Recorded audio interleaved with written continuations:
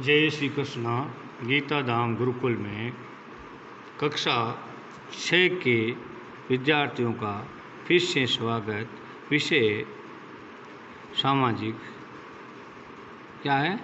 सामाजिक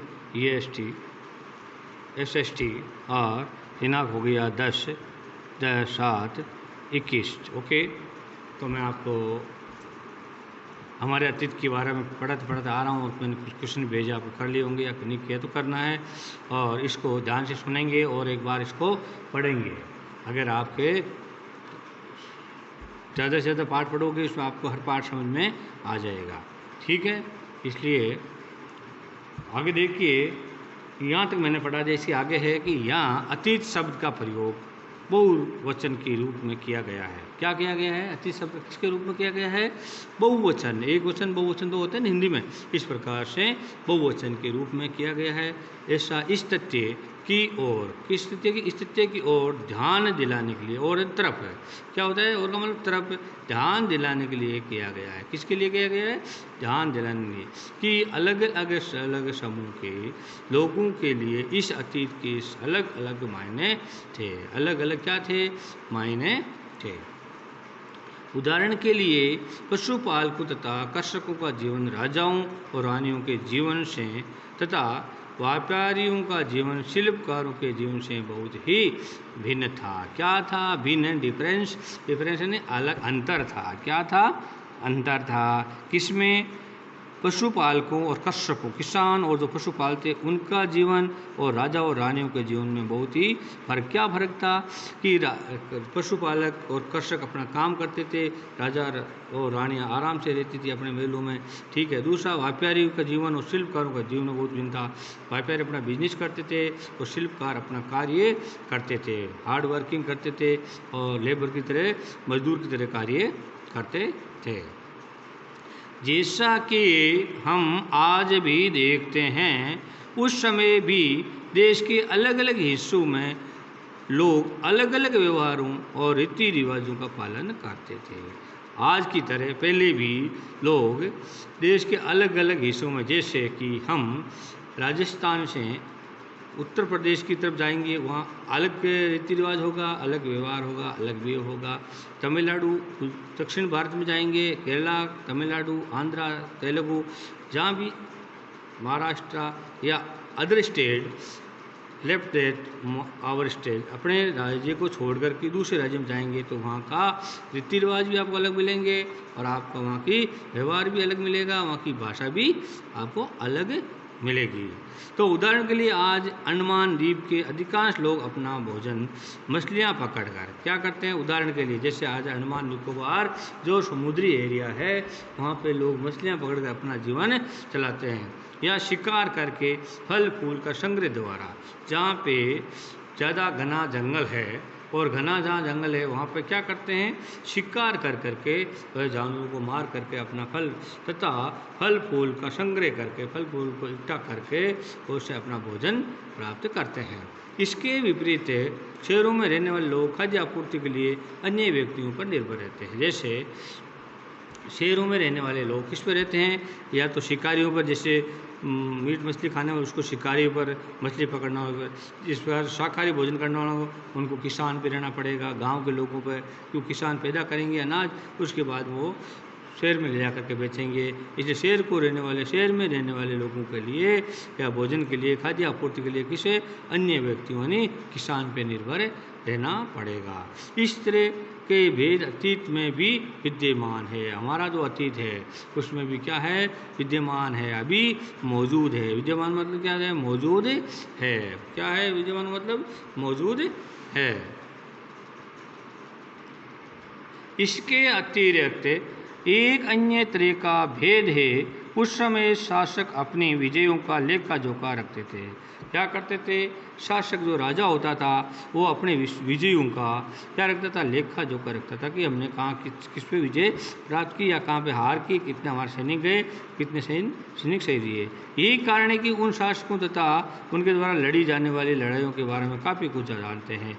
आज जो हम इतिहास पढ़ते हैं, कोई भी अगर किसी प्रकार की कंपटीशन तैयारी करता है तो उसमें इतिहास कहाँ से मिलता है? उन्हीं चीज़ों से मिलता है। जबकि शिकारी, मछुआरे, संग्राहक, कृषक तथा पशुपालक जैसे आम आदमी प्राय अपने कार्यों का लेखा जोखा नहीं रखते थे।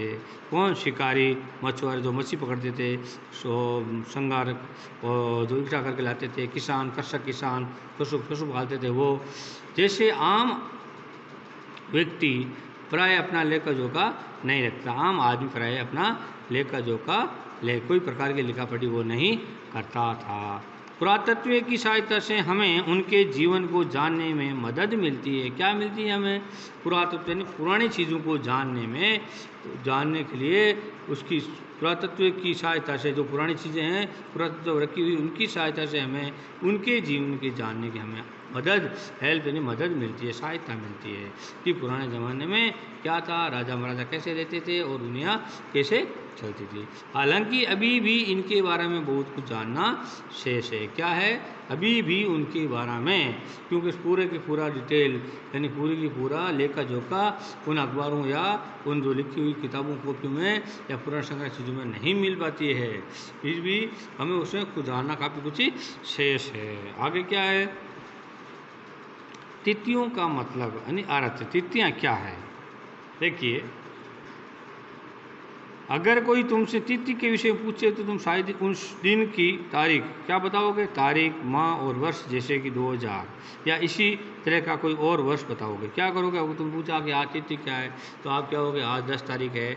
और महीना कौन सा है? 7वां महीना है। सन कौन से है? 2021। इस प्रकार से तुम बताओगे। ये वर्ष की गणना ईसाई धर्म प्रवर्तक है, ईसाई धर्म के प्रवर्तक यानी ईसाई धर्म को जन्म देने वाला कौन था? ईसा मसीह। कौन था? ईसा मसीह के जन्म की तिथि से की जाती है।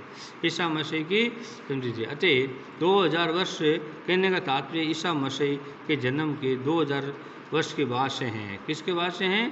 2000 वर्ष के बाद। ईसा मसीह के जन्म के पूर्व की सभी तिथियां ईस्वी पूर्व, ईसा से पहले, ईस्वी पूर्व मतलब ईसा से पूर्व इसके रूप में जानी जाती है। इसी पुस्तक में 2000 को अपना आरंभिक बिंदु मानते हुए वर्तमान में पूर्व की तिथियों का उल्लेख करेंगे। किसका करेंगे?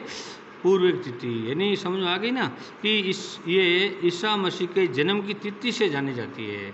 जिस दिन जन्म हुआ था उसी तिथि से ये जानी जाती है। ईसा मसीह 2000 साल पहले ईसा मसीह या भारत में पैदा हुए थे या विश्व में जो भी हुए थे उसका, तो इस तिथि लिखे ईसा पूर्व, ईस्वी पूर्व लिखते हैं ना अपने, ईस्वी पूर्व के रूप में जाने जाते हैं। इससे पुस्तक में हमें 2000 को अपना आरंभिक बिंदु मानते हुए वर्तमान से पूर्व की तिथियों का उल्लेख करेंगे। वर्तमान से पूर्व की तिथियों का उल्लेख करेंगे। नेक्स्ट में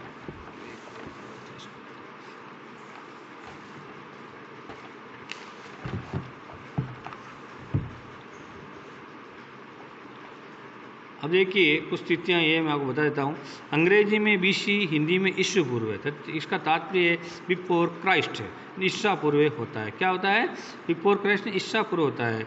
कभी कभी तुम तिथियों से पहले AD, हिंदी में ई क्या लिखा? हिंदी में ई क्या लिखा? ईस्वी।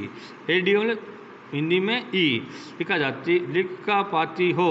ये एनो डोमिनी नामक दो लेटिन, क्या नाम थी? एनो डोमिनी नामक दो लेटिन शब्दों से बना। किसके शब्द से बना? तो ये किसके? लेटिन शब्दों से बना। किसके शब्द? एनी डोमिनी नामक दो शब्दों से। कौन सा बना था? ये जो पहले शब्द दिया AD शब्द किसका बना? Any Duminy. ए का मतलब एनो और डी का मतलब डोमिनी, ये दोनों शब्द से मिलकर के बना है। तथा इसका तात्पर्य ईसा मसीह के जन्म के वर्ष से है। इसका मतलब है जिस साल ईसा मसीह पैदा हुए थे उससे है। कभी कभी AD की जगह CE और BC की जगह BCE का प्रयोग होता है। तो C अक्षरों का प्रयोग कॉमन अरा और तथा BCE का बिफोर कॉमन अरा के लिए होता है। किसके लिए? बिफोर पहले से के होता है। ठीक है। हम इन शब्दों का प्रयोग इसलिए करते हैं क्योंकि विश्व के अधिकांश देशों में अब इस कैलेंडर का प्रयोग सामान्य हो गया है, एक जनरल टाइप हो गया है। भारत में तिथियों के इस रूप का प्रयोग लगभग 200 वर्ष पूर्व आरंभ हुआ था। किसके? कितने वर्ष पूर्व हुआ था? लगभग 200 वर्ष पूर्व आरंभ हुआ था। कभी कभी अंग्रेजों के VP अक्षरों का प्रयोग होता, जिसका तात्पर्य बिफोर वर्तमान से पहले। क्या है? वर्तमान से पहले। अब इसमें आपको दी हुई 2 तिथियाँ, इनका पता लगाओ। इसके लिए तुम किस प्रकार के समूह का प्रयोग करोगे, ये मैं आपको वैसे लिख भेज कर चुका हूँ, लेकिन फिर भी आपको ये सबसे पहले ये अंग्रेजी ईस्वी ईसु पूर्व और का तात्पर्य ये आपको लिख देना है, ठीक है। और मैं आपको प्रश्न उत्तर और कल भेज दूँगा। जय श्री कृष्णा। नेक्स्ट में आपको पढ़ाया जाएगा।